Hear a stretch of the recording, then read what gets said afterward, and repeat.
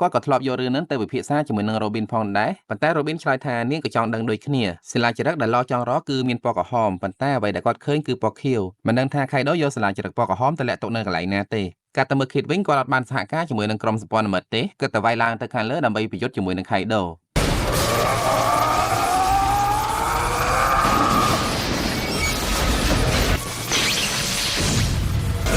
So you wanna fight?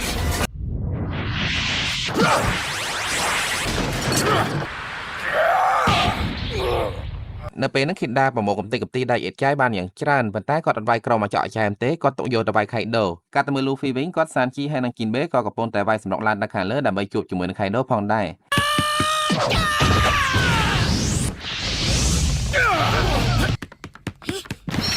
នៅតាមផ្លូវសក់ស្រាប់តែសានជីរត់ទៅមុខលែងរួចមូលហេតុគឺដោយសារតែគាត់ដូចជាលឺសំឡេងមនុស្សស្រីសាយហៅឲ្យគាត់ជួយដល់ពេលអញ្ចឹងគាត់សុំទៅធ្វើការងារសំខាន់មួយសិនចាំរត់ទៅតាម Luffy តាមក្រោយបន្តមកមិនយូរប៉ុន្មានសានជីបានរត់ទៅដល់បន្ទប់មួយដែលនៅទីនោះគាត់បានឃើញស្មោរបស់បរិមម្នាក់កំពុងតែទាញកណាត់រុំខ្លួនរបស់នារីម្នាក់ម្ដងបន្តិច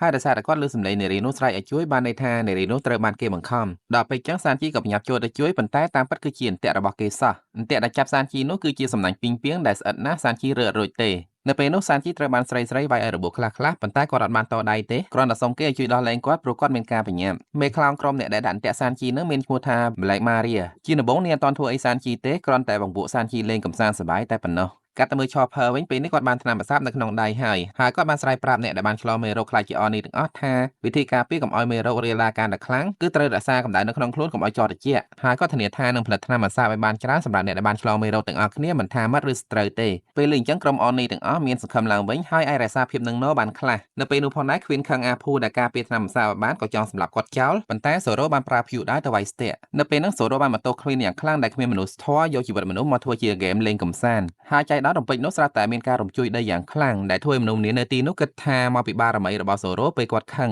សូម្បីតែប្រុកដែលស្គាល់ Zoro យូរហើយក៏គិតអញ្ចឹងដែរប៉ុន្តែតាមពិត Zoro អត់ដឹងអីផងការរំជួយនោះមិនមែនកើតឡើងតែកន្លែង Zoro ទេគឺវាកើតនៅគ្រប់កន្លែងទូទាំងកោះ Onigashima តែម្ដងខណៈពេលដែលដីកំពុងតែរំជួយនឹងយ៉ាម៉ាតូបាននាំ Momo ហើយនៅ Shinobu រត់ទៅកាន់មាត់ច្រាំងដើម្បីរកទូកជិះកិច្ចចេញពីកោះ Onigashima ប៉ុន្តែពេលទៅដល់អត់មានឃើញទូកណាមួយសោះដោយសារតែកោះ Onigashima ពេលនេះមិនមែននៅលើទឹកទេគឺនៅលើអាកាសយ៉ាម៉ាតូដឹងថាខៃដូកំពុងតែប្រើសមត្ថភាពពិសេសរបស់គាត់បដូរទីតាំងកោះ Onigashima ទៅដាក់នៅ Flower Capital ហើយតាមពិតអញ្ចឹងមែនគឺខៃដូចង់កែប្រែទឹកដីវ៉ាណូទាំងមូលឲ្យក្លាយទៅជាកោះ Onigashima ថ្មីត្រឡប់ទៅមើល Zoro វិញដោយសារតែបានឃើញដៃម្ខាងរបស់ Kiku គាត់ដឹងថាក្រុមរបស់ Kinemon ដែលនៅខាងលើកំពុងតែជួបគ្រោះអាសន្នធំហើយគាត់ពិតជាចង់ឡើងទៅខាងលើនោះឲ្យបានឆាប់ណាស់ប៉ុន្តែទោះបីជាគាត់ជាហោះក៏ King ហើយនិង Queen មិនអនុញ្ញាតឲ្យគាត់ឡើងទៅបានដោយស្រួលដែរនៅពេលនោះ Mako ក៏បានទៅដល់ហើយសួរក្រុម